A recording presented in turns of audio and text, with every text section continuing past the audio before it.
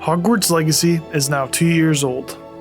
Over that time, I've gotten 4 physical copies of the game. Throughout those, I've 100% completed the game on all 4 consoles I've gotten it on, racking up 75 hours on Nintendo Switch 2, 90 on Nintendo Switch 1, 122 on Xbox Series X, and 832 on PlayStation 5, bringing me to a total of 1,119 hours on the game. It's pretty safe to say it's easily my favorite game of all time. My expectations for this game were sky high before release.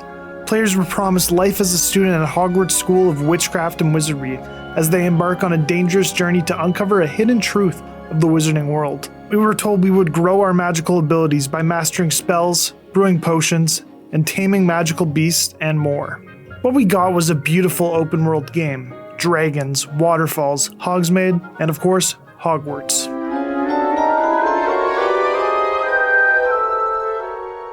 Hogwarts was designed in this game with such beauty, care, and respect for the source material. It hit every mark you'd want it to hit.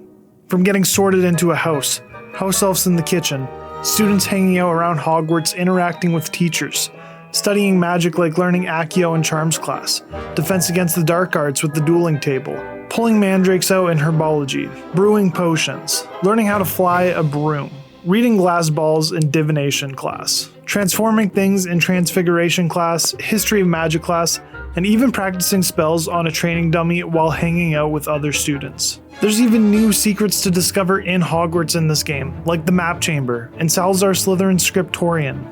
I love how they stayed true to all the source material by making the headmaster's office being the highest point of the school, with all former headmasters appearing in their portraits. You could even win the House Cup in this game, depending on your actions. Another perfect detail about Hogwarts in this game is the Room of Requirements. It is truly just incredible as well. You could customize and design it however you like, tame iconic beasts and build them cool homes. The game basically allows you to be Newt Scamander. You could collect and build habitats for your fantastic beasts and even be able to use some in combat and fly. And if you missed the OG iconic look of the room in the movies, you could even find it that way when you first discover it.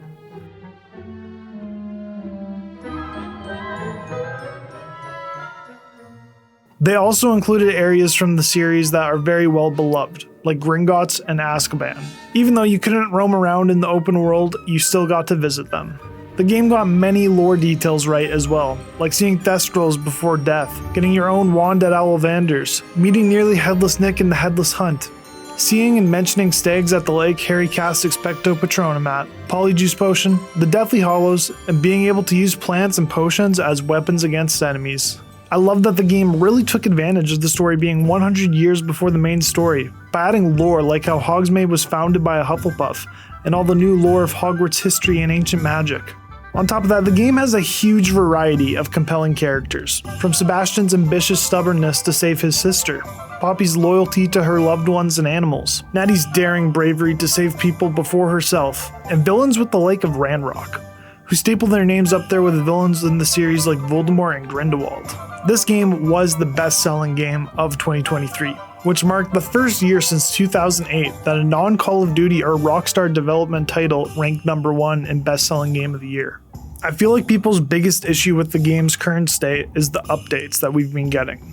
So let's get into that. The biggest update we got was the addition of photo mode and the Azkaban Close update. Photo mode, in my opinion, was something that should have been there from day one, but when we got it, I was so happy. I would spend hours on end just making all different types of photos that I even made a whole video about it because I just loved the photos I was making, and I still just get on the game and make photos to this day. The Azkaban Close update was definitely one of my favorite parts of this update as well, because if you were playing as a Hufflepuff and you got to experience Azkaban in the Azkaban robes, it really just made it come together a lot more. They also added a huge modded mode for PC players. My favorite modded mode that I saw was Wizard Mickey Mouse, hanging out with Rick and Morty, going on wizard adventures in the wizarding world.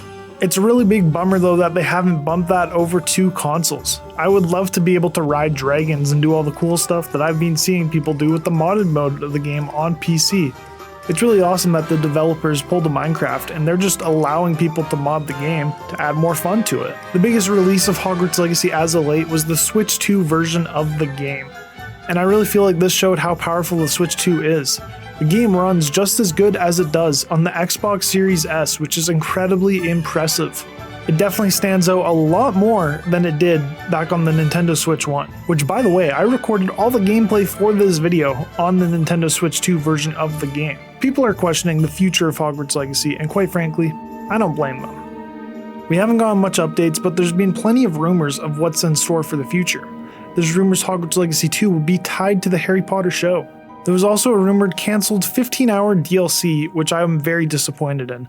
I would have loved to have 15 more hours of story-based content in the game. I love this game so much, and I truly just can't get enough of it, as you could see throughout the past 2 years. The majority of the videos on this channel are Hogwarts Legacy based, and I would love to see the game get more content so I can make more content on this game. It really is the foundation of this channel, and with me taking new strides to make new content for this channel, I don't know how much Hogwarts Legacy stuff I got left in me to make videos for. The game is a huge passion of mine, and I'm always going to be grateful for Portkey Games making this game that I always find comfort in. If you watched this full video, thank you. Leave a like and subscribe.